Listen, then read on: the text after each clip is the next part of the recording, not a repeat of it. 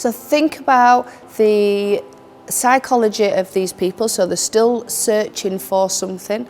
They are building that trust up. So they've seen your content.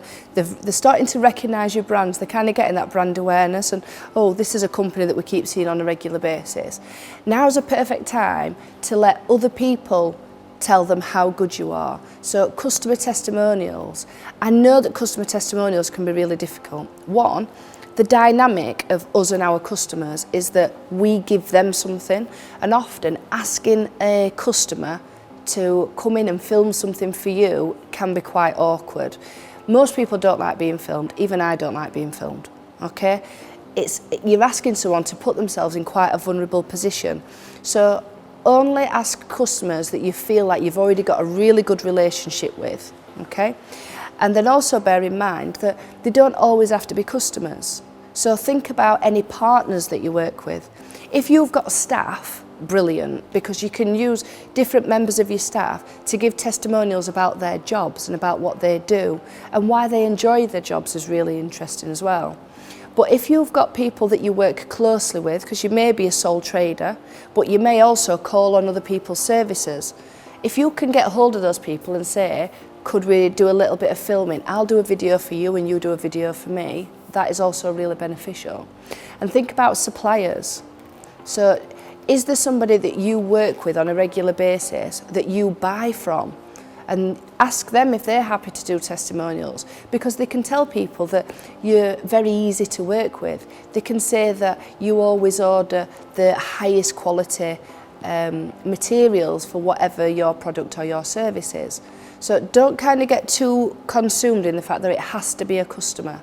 It's lovely to hear from members of staff. I would avoid using MDs, CEOs, because what's the chance that a managing director is going to say something negative about his own company? So the kind of trust value isn't there. If you can, try and work with people that a customer might be faced with. So it could be the person on reception.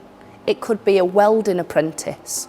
Yeah, think about who is managing the floor. Who is the one, who's the nitty-gritty? If you've got welders in your company, keep them in the welding gear and let them tell people that they enjoy working for the company, that you've taken them through apprenticeships and that you have bacon sandwiches on a Saturday morning. Okay, so it's not too formal, but it's another way that people get to know you as a company, and people buy people. So if you can try and keep them quite informal, and avoid asking people questions whilst you are filming them, because firstly it's very difficult to edit because you've got to cut out your own voice. Secondly, sometimes people will answer but there is no context to what they're saying. So you may ask them, why is it that you always work with us?